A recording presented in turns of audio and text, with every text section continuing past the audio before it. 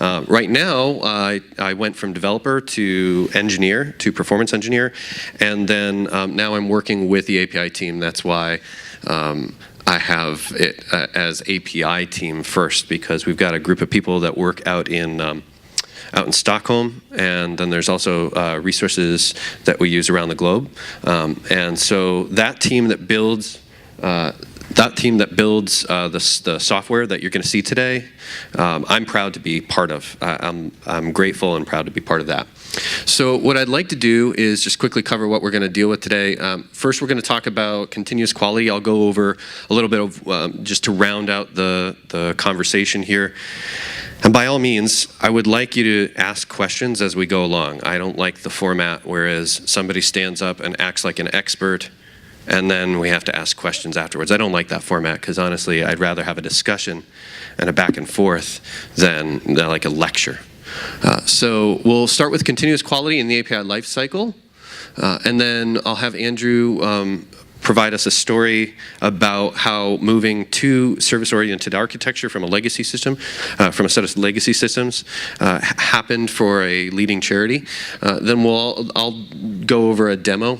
I'll drill into what it looks like to design, test, and then monitor. Maybe even get a little more detailed than that. When it comes to the technology involved, I will be using Ready API from Smartbear. We'll flip back over and talk a little bit about a slightly different problem that you might have in the financial industry when it comes to data ownership. Who's responsible for making sure that the data that you're using when you're testing and when you're actually making sure these things work is actually complete and concise. And then I'll actually do a little demo of that using a couple of examples. And then we'll open it up for questions if and by all means, questions don't have to stay to the end. So first things first, at Smartbear, we think about the concept of quality and we break it down into specific things, because quality is pretty ambiguous. It means different things to different people. It's a single word to describe a whole bunch of things. So as an aggregate, it doesn't really say much all by itself, but it allows us to have those conversations about what does it mean to you? What have you experienced with your customers? What are they looking for? What value do you provide them? And what different value do they expect from you? And what we have here is a little illustration of how, well, really that might break out into some development process. Even before that, there's a design. If you have one too many pints, you might be working on some napkins at first, and then you translate that to an architect or to a team that will go and build or design out or mock out what that really looks like. They might even get into coding. The sooner the better, right? I don't know. But the first thing is to get the design right. And then you develop that, you build that out. There is also a phase of testing, but again, this is a cycle that might happen not just in 3 to 6 month cycles, but more like, hey, 2 to 1 week sprints. So again, this gets very overlapped depending on how quick you tend to release your software. And so while you think, well, I can't test something if it doesn't exist, actually there are things that we can do to make that part of the problem, to make it so that you can start testing some things, and start building out your quality process and making sure that that's right at the same time that your developers are building. Then you also, once you are done and you feel like it's ready to go, you ship it, you put it through those phases, and then you monitor it, right? That's not the exact story that we hear. It's a mix of different people where they build their API, they build their app, and then they ship it and they forget to monitor something that's really critical in that application, and only until last minute are they getting phone calls about it. So then they slap some monitoring on it. So they build it, they ship it, maybe they monitor it. That's good, but there are a lot of things that you can satisfy, that you can remove as bugs before that. So there's a pre-production process where you can test your stuff out. You can do functional testing, maybe do a little beyond functional testing, go into load testing and test the security of it. And make sure that that happens in the same cycles, and even 1 to 2 week sprints. It's not impossible to do rigorous testing in short periods of time. But you have to bake in the concept that the API itself, and we call that API readiness, to think about the process of, is your API going to actually succeed when you put it out there, that is a process that you want to go through every time you ship the API or changes to the API. So we try to minimize the overhead on that. That's one of the things that we do at Smartbear. Now, I've got some icons on the bottom, more the effects of this. You would go through this process for each of these types of situations. For desktop, web, mobile, if you've got IoT devices around, you probably want to test them, and you want to test those devices in conjugation with other devices as well, the way that they collaborate. I was in San Francisco at the APIdays there, and I talked and I gave a little demo about how on earth would you actually do an orchestrated test with IoT devices mixed with REST and SOAP APIs even on the back end, because we don't always have the luxury of just writing greenfield stuff, right? Like sometimes we have to deal with these old systems and their performance issues and their scaling problems. So fortunately, we have solutions that help you test that whole stack quickly through automated testing. And so Smartbear thinks about a lot of things, one of which we see a lot is this concept that people will put their API out there without thinking about the full life cycle of that API. And Manuel from Apiary was over there, was over in the other room talking about the way they see the life cycle. But this is directly from customer experience, from customer focus, and from the experts that are on the teams at Smartbear. And what you see is that obviously there's a design phase, there's a build phase, there's a test phase. These phases don't have to necessarily be discrete, they can be overlapping. In fact, oftentimes if you find something in test that is a problem, you have to go back to the building and the design phases to resolve those. And so these aren't just one way or the other, but hopefully on a good day, you'd go from this end to that end pretty quickly and pretty seamlessly. And nobody would go home with hurt feelings, and we would all come out with an acceptable, satisfactory solution that really hits the business goals that we intended to. And we've got a number of products for that. Obviously, Ready API, I cover Ready API in my job. That covers the functional load and security testing and virtualization. But then back up with the design process, we also have Swagger now. Smartbear acquired the stewardship over Swagger quite a few months ago. And that is an API descriptor. Who knows what an API descriptor is in this room? Okay. I should have asked this before, but who actually implements APIs in this room? Oh, good. Okay.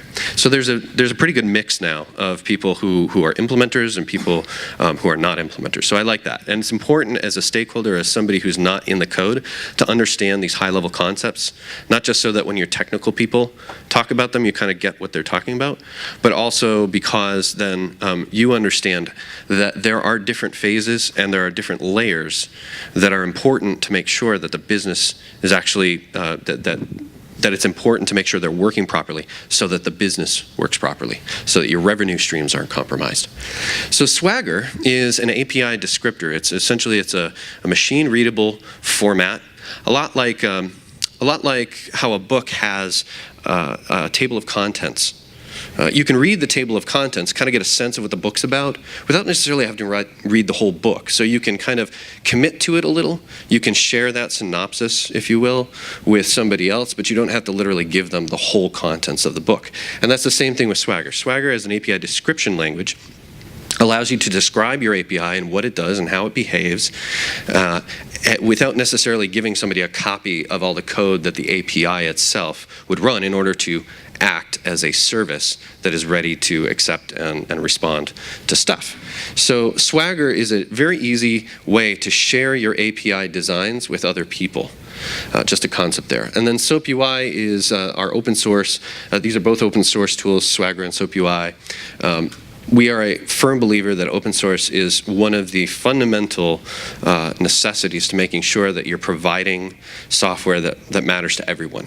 So for that, we also have SOAP UI, which, how many people have heard of SOAP UI before? Ah, right, I love that. Makes me feel so good. Because Soap UI is my baby, is my heart. I have a 2-hour door-to-door commute in every day. So that's 2 hours in, 2 hours back. And that's why I do it. Not just because of the software, come on. I'm not just talking about software. I look at that piece of software and I look at our 3 million users around the globe. I look at 25,000 businesses in every country. And I think to myself, those systems are working. And I get to work with that product. I get to work with something that has that much effect on the world.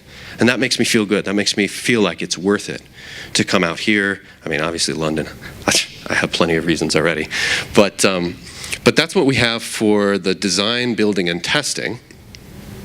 The deploy and manage part, we actually think that there's plenty of people that are already doing the API management thing so well that it just makes sense to partner with them and build plugins that help you extract value from that system to be able to pull in your descriptions and your APIs from there so that you can quickly test them and work on them as well.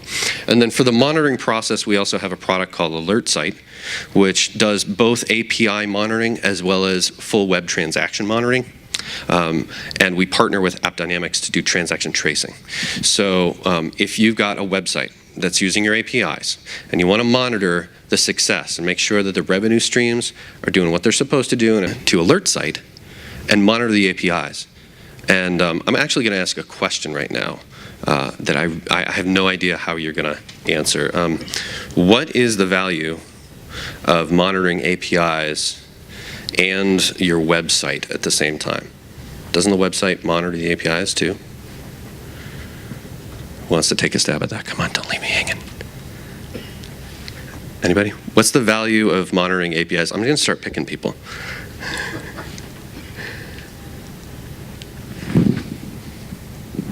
I don't have a watch.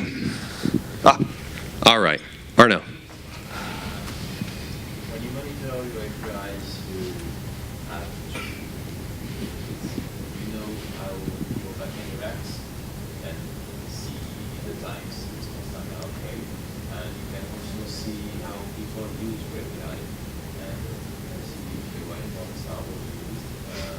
For example, you have 3 functionalities and you see that the third one is not used. Mm-hmm. Good. Okay. So that's API monitoring. Does anybody use web monitoring at this point to check to make sure that their websites are running as expected? Okay, a few people. Yeah, sure. Sure. I mean, if you know that's a lot of the metrics about the backend systems, as well as like whether the site is up or down or not. I'm talking about like the actual workflow that users will go through, and proving that critical workflow is working for sure. Yeah. Okay. Web trends. Okay. So the value that we hear from people who are actually implementing this, we've actually got a customer that's got 350 or more different API monitors just on their APIs, as opposed to a whole number. I don't even know what the number is, but it's up in the hundreds of different web transactions that they go through. And some of those web interactions that they're tracking also interact with the APIs. So there's 2 reasons why you would need API monitoring, not just web monitoring. One of which is, of course, that the API itself might be a product itself. You've got integrations that have no web front end or no mobile front end. Maybe it's an ATM system for that matter, or it's a data exchange implementation. So the API itself needs to be treated like it's important, because it is important outside of just web or mobile. On the other hand, you also want to know who to call. Not the Ghostbusters, but the devs or the operations team. For instance, if your website is having problems, but you know that your API is not because you're monitoring it, then you know to talk to the web team as opposed to the devs over the API, and vice versa. If your API is having problems and that's propagating up to the website, you'll be able to see very quickly its effects on that. Or let's not talk about websites for a second. That interaction, you know which partners are being affected because some integration is failing at a certain time. So monitoring both web and APIs are pretty critical to a number of our customers that actually have large buildings around here. So that is the API lifecycle as we find it to be implemented by our customers, which is why we have products. And Ready API is broken down. We'll focus on that in my demos. Ready API consists of a number of tools that are individually licensed. It's kind of an a la carte, sort of a sushi menu of different tools that might make sense to you at some times as you're working in your strategy for how you're going to deliver these things successfully. Functional testing is SOAP UI NG, next generation. And just like with the success of our SOAP UI open source product, we've included a number of features that really further increase your capability to slim down the time that it takes to build and deploy these tests. And then you can actually do whatever you want with that time that you get back. You can maybe focus on how to do that better. You can focus back on prioritization, on which workflows and which tests are more critical than just like building all the things. So there's plenty of things we can do. It's a matter of how we prioritize them. And when you have more time back, that is very powerful. Yes, David. Okay. So I'm just a bit confused because there are companies like IBM, Microsoft, and Amazon that provide a lot of this functionality already. So what is it that you are adding on top of that with the next slide? So we were describing specific features that you provide on top of that. So what's the additional value there? Well, for one thing, we've been in the business for longer than in the API quality business from the beginning. SOAP UI has been around for 10 years, and I'm actually pretty proud of that because it means that we're more relevant today than we've ever been before, which is a measure of success for me. And the number of people that use that is also it makes me happy. But some of the products that are out there that are for testing, specifically for functional testing, they come from like a web-centric or desktop-centric view. And so there's not really too many other tools that do a very good job for API teams by API teams. So we are an API team that builds tools for other API developers. And so you'll see that when I finally actually get to some of the demo. You'll see that this is built not for it's not a kludge, it's not a module, it's not an add-on, it's not some afterthought. This is a fundamental thought process that we go through to deliver both SOAP, REST, and now IoT testing in the same interface. So you've got, did that answer your question? Did it? Okay. So in the platform, we're talking very specifically APIs here. We've got functional testing, we've got load testing, the ability to do some pre-production load testing. We've got security testing. And then we've also forayed ever since last year in September, we released a product called Service V, which is the API virtualization. So service virtualization, different from machine virtualization. We'll talk about that later. And then also API monitoring. So as you can see, if you were just building an API, which so few of us tend to do compared to the number of like API shops as opposed to people who are also building APIs and apps and stuff. Just speaking about APIs, you've got a complete quality story here. That's what we mean by API readiness. And along the way, yeah, you might have to build that into your continuous integration process like Jenkins or TeamCity or Bamboo. You might have to connect up to Jira to report issues and bugs as you find them in the testing process. You also might have to integrate with a management platform because 350 APIs is not very easy to manage without or deploy very easily and reliably without some sort of structure around that, without some sort of formality that you can go through. So just to get back to David's point, yeah, there are a lot of people in the space, and a lot of people do some of the things. We do some of those things too. There are some of our partners like MuleSoft. MuleSoft has an API description language. We do too. So we're frenemies. We're partners though, because this space needs as much help as it can get and needs options. And that's why I spent a little time talking about open source, because that's another option too. So in that sense, we can connect into some things that they might also have some other offerings there too. All right. So I'd like to hand it off to Andrew Fullen. Once again, thank you, Andrew, test manager, Sogeti UK. And he's going to tell you a story about success. Thank you, Paul. I'm a test manager, and I normally have to make these things work. I have to use the tools, have to use the products, the systems, the legacy, and actually deliver something at the end of the day.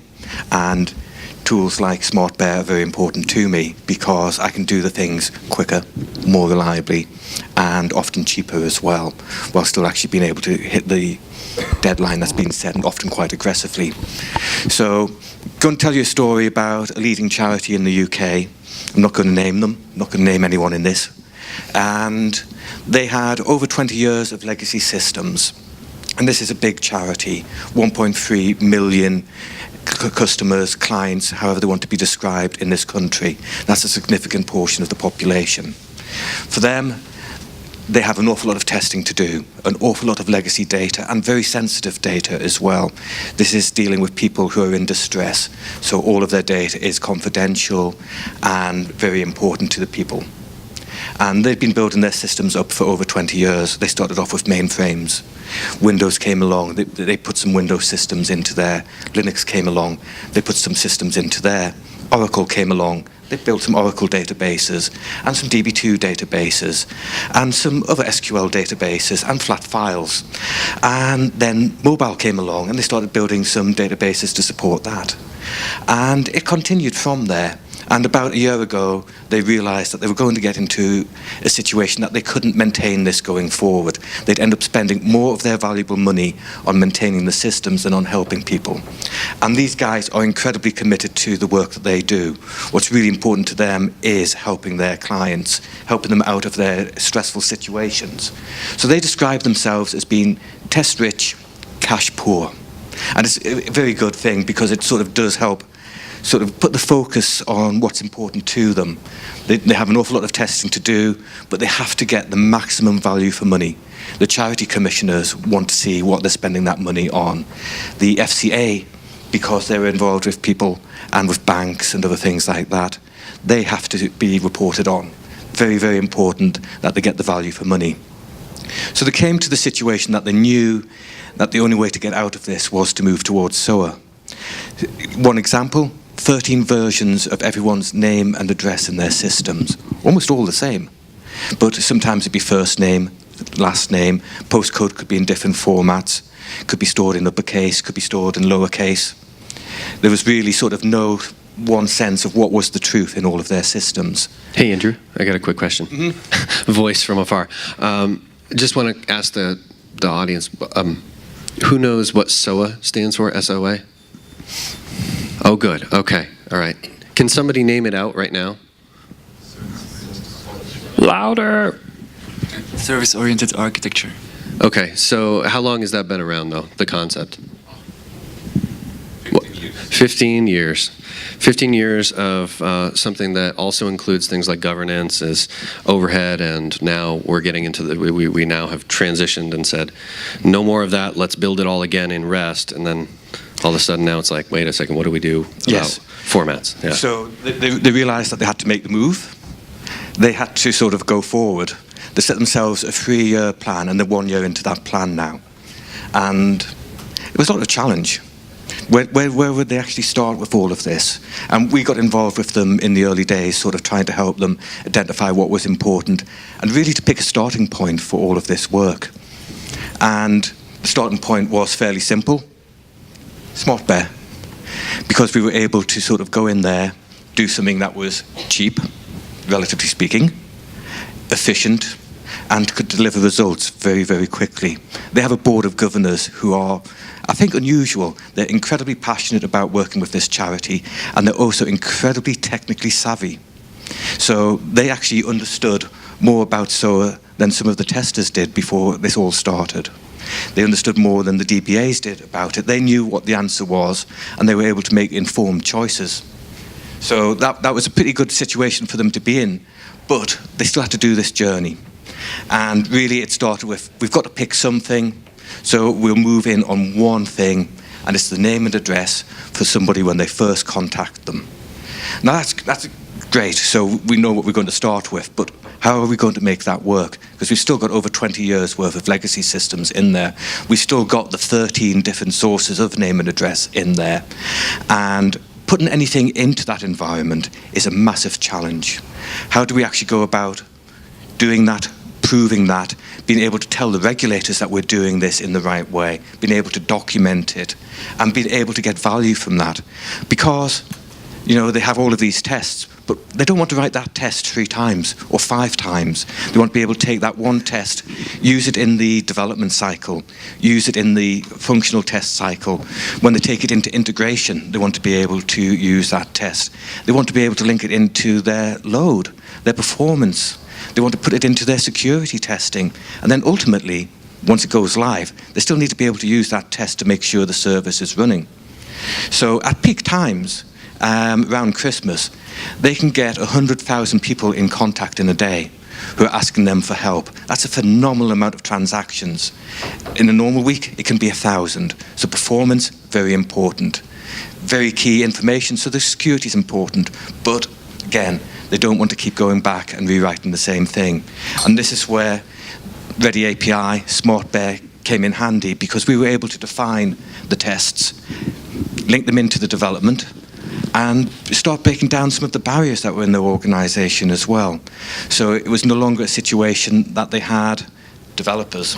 And then down at the back, the testers. Over there, the performance testers. On another floor, we might have the operations. They actually knocked down the barriers physically in their office. The walls went down. Developer, tester, architect. Developer, tester, architect, working together and using the tool. By the end of it, the goal would be that it didn't matter who was writing the test or who was designing the test or who was executing the test. They were going to be working together as a team, syncing together or succeeding together, and using Ready API as the method for actually being able to do that. I think there's a second slide. Yes, please. Yeah. So, as we said, so they had to make a sort of a bit of an informed decision, because when we got down to the first stage, the data landscape was far worse than anyone actually anticipated. It was working out that it was going to cost £50 per person per record to correct all of that information if something wasn't done about that straight away. So we had to sort of rewind and start simple. And we had to prove that these services would work. We couldn't afford to build another environment to start testing all of these.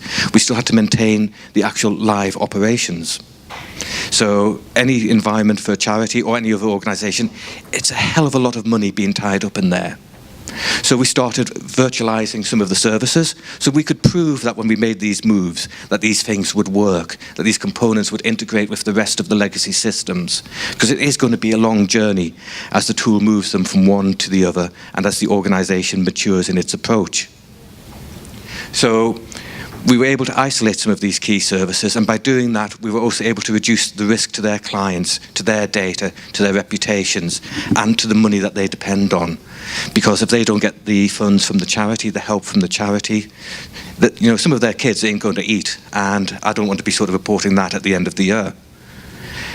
So, going back to the simple bit, the name, the address, the postcode, and we realized that no matter how much we did with that, with the tools, with the testing, with the analysts, there was a fundamental person we need to get into there, which was a data architect, completely fresh, to actually sit down and start working out what we could work with, what we could stub, where we should actually be sort of focusing on this and working out what was the version of truth that we needed to put into there. And we were able to do mock-ups. So we were able to sort of put together what these key services would look like, see how they would actually work when they went live. And the first of those services has gone live about 3 to 4 days ago, and hopefully by the end of the year the FCA will be signing off on this approach, and the charity commissioners will be signing off on the approach, and everyone will be very happy on there. But it's still a very, very long journey that they have to go through on this.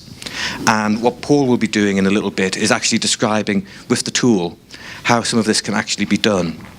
So are you ready for that? Thank you. Yeah, absolutely. All right. Can I just read that? So, what I understand is you have several systems with their own, with different databases.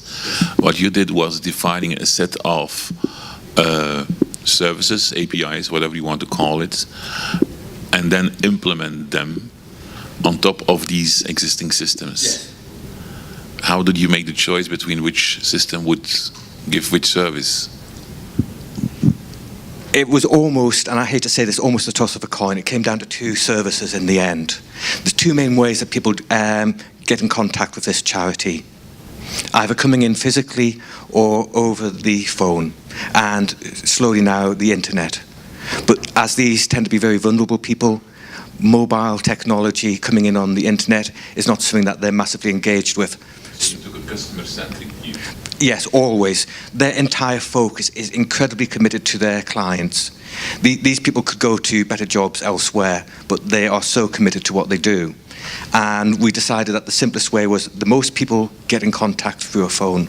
So that was where we were going to start. Okay, thank you. So going back to, thank you, by the way, for being a handholder. All right, so going back to the concept of design, I talked about Swagger a little earlier, and this is where it gets really geeky. So I hope I don't get a nosebleed from this. Swagger is defined essentially as JSON. So JSON being JavaScript object notation. And what this does is allows me to build this, whether it's through tools or literally by hand. I wouldn't want to do it by hand. To build this and then send that off to another team. So if I'm an architect, I can build this out using some tools. It will render out this stuff.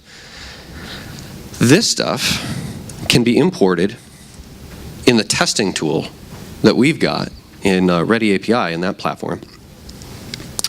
Simply by just going and creating a new project. Now tests exist in test suites, and test suites exist in projects. And so if we go all the way up to the project node here, select new, we can import a whole bunch of stuff. A whole bunch of old stuff, a whole bunch of new stuff. You get the SOAP, you've got Waddle, which is an old way to describe the RESTful APIs.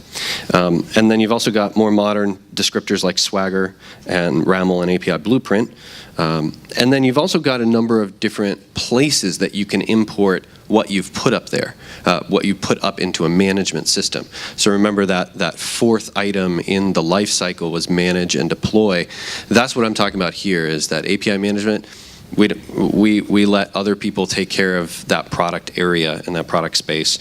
But we do allow you to pull in, if you've put your APIs up there, if you've deployed them there, we want to be able to pull that definition in to save you a lot of time so you don't have to continue to enter those things in. Anytime some person is entering the same thing twice, me as a tester, me as an engineer, kind of cringes. Because then that's where manual error can come in. So we would pull in a Swagger file, just select that, click OK. And then I would go and select essentially what is this file. So I won't go through that because there's a couple of screens there. But what that renders out is something that looks like this, which is a Swagger pet store. Now the pet store is just an example. It's got a bunch of endpoints in it. Who's familiar with Swagger in this room? Who implements it? Woohoo! That's good. In a Swagger description, there can be multiple endpoints described, multiple paths to those endpoints, and that's what I'm pulling up right now. For example, in this circumstance, I'm going to use the simple process of getting a set of results back from a call to one of those endpoints. So I do that. Once I pull that in from the file, which is literally once somebody gives me a file, I can turn that around in like 2 minutes. I want to generate test suites. So I can do that, and what that would produce, I'm just trying to save time here, what that would produce is a standard set of all the test cases against those services. So each of these represent an endpoint, and there might be more than one way, a get or a put, for instance, to that specific path. But that's already been now built out for you. But the world is not that simple sometimes. The world does not stop at an endpoint. It's more about orchestrations. It's more about the way that your apps use your APIs, more about the way that your integration uses one API and then gets back results and feeds it to the next one, and then so on and so forth. It stitches data between systems that way. So in that sense, that's the purpose of the test case in SOAP UI NG, is the ability to create a unit that then you can use as that orchestration. So in this case, there are multiple test steps. This one's just, hey, get a list of some items, and I can play it, and it'll bring me back some raw JSON. We can outline that for you, make it easier to read, make it easier to then pull some values out, and then transfer to another step. So again, you don't have to be writing code all day. Even as developers, the risk you run of using code-only test frameworks is, for one thing, they do take time. Let's just be honest. There are so many times where I wish I had known that there were tools out there to simplify my job as a developer all those years that I just didn't know about. So if you're writing code and that's your API, that's going to eventually be your API or your system, one of the problems there is that then now to throw more code on top of that problem doesn't give you the opportunity to switch hats, to say, let's pretend I wasn't a coder. Let's go at that test. Let's put our tester hat on, even though we're developers, or people who don't have the luxury of being developers, full-time testers. That's a different hat that you wear. That's a different way that you come at the concept of testing and proving. There was a question in the back out there. Yes. Can I also retrieve keys in one step and then use the key to authorize the next step? Yes. Is the simple answer. Yes, and there's different authentication types here that we support. We also support OAuth as well. I just don't have that plugin installed. So this is an example of getting data from one place, and then the next step is to say, okay, fine, now we want to weave that data to another step. And so this simply says, from the get list step, go grab this property using JSON notation here. I think I'll zoom in. And this basically says, this is any JavaScript that you want to put in here. Get the first element and get its ID. It's just a simple example. And what we do with it is that we can then feed that to the known item in the next step. Known item being that there's structure to this already. So again, you can see that now what's used to then feed that next step to get the details of a specific record is a value from the previous step.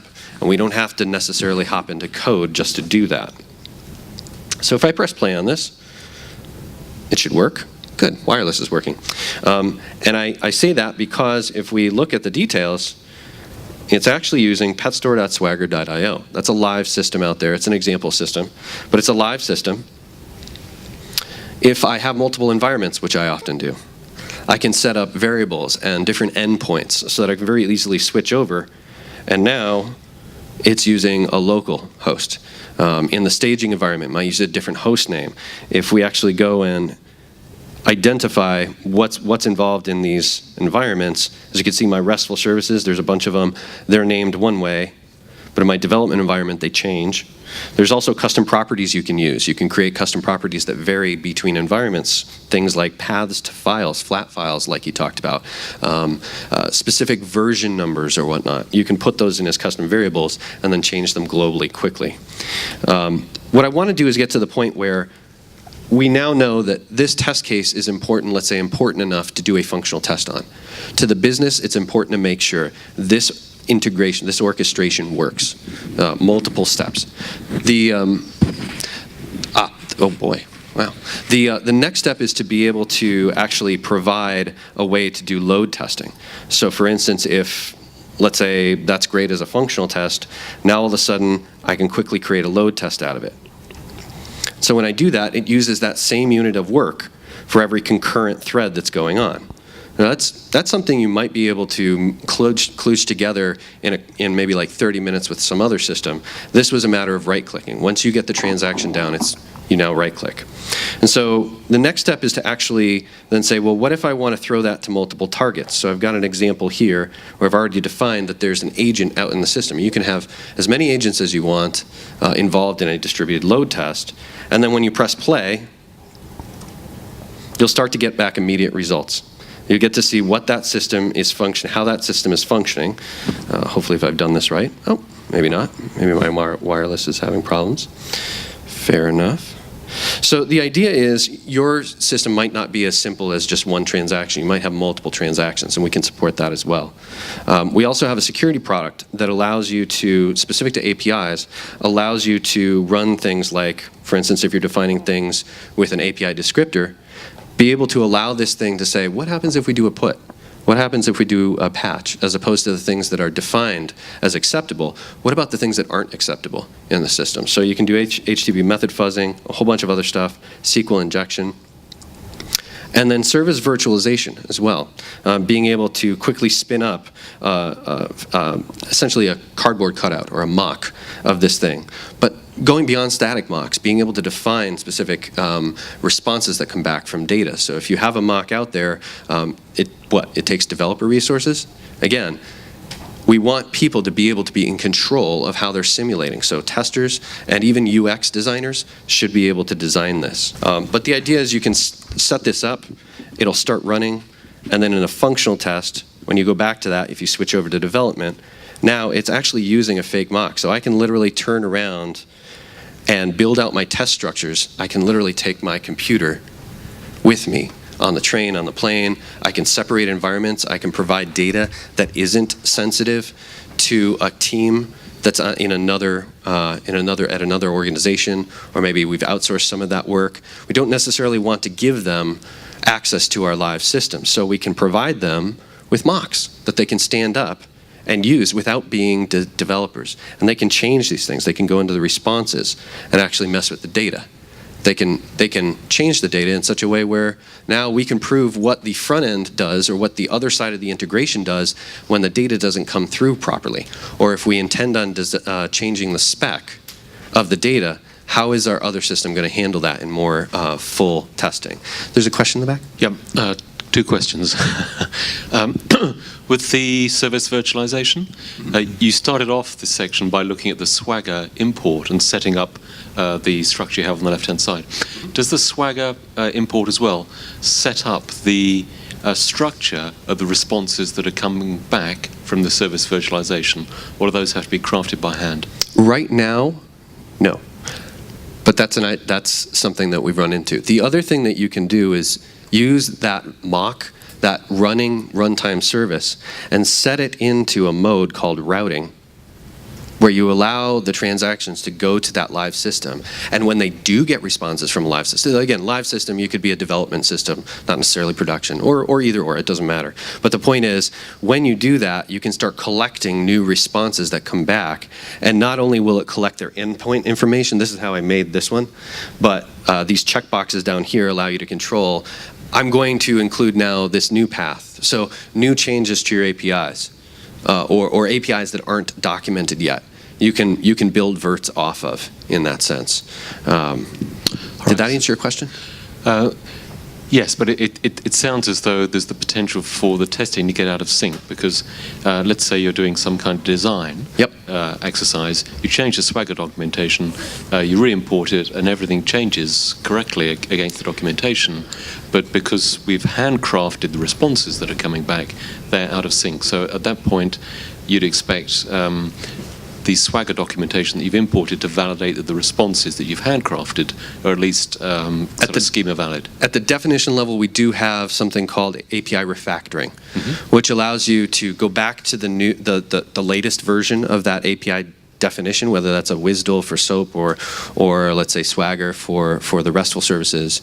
It allows you to do a mapping between what, and this is just the latest version, I don't have the demo on my machine, but the idea is it gives you a left and a right view where you can see things that have been added and things that have been removed, or even different things that you would put through that method. So, yeah. So there is an option. One more question very quickly then. So let's say you've been through this process of setting up this virtual mock. That's an extremely valuable resource, because what I want to do is take that service that's been virtualized and actually host it somewhere, so that someone who's building the UI or the like a mobile sandbox app can work against it. Absolutely. So is it possible to create the service virtually in that tool, plug it out, and stick it on a server somewhere. Yeah, how does last that year work? when we launched the Ready API platform as a kind of a re-envisioning of what SOAP UI could do, we broke the tools out into separate aspects of quality, one of which was a virtualization. We knew that that was going to be a situation that we needed to resolve. And so we also created something called Verte Server, which is kind of like a headless installation on another machine. And you can literally drag and drop your verts over to that machine. And that is the running instance that people can connect to. And that's been a great time saver for some of my clients and some of my test teams, being able to do something like that without having to reinvent the wheel.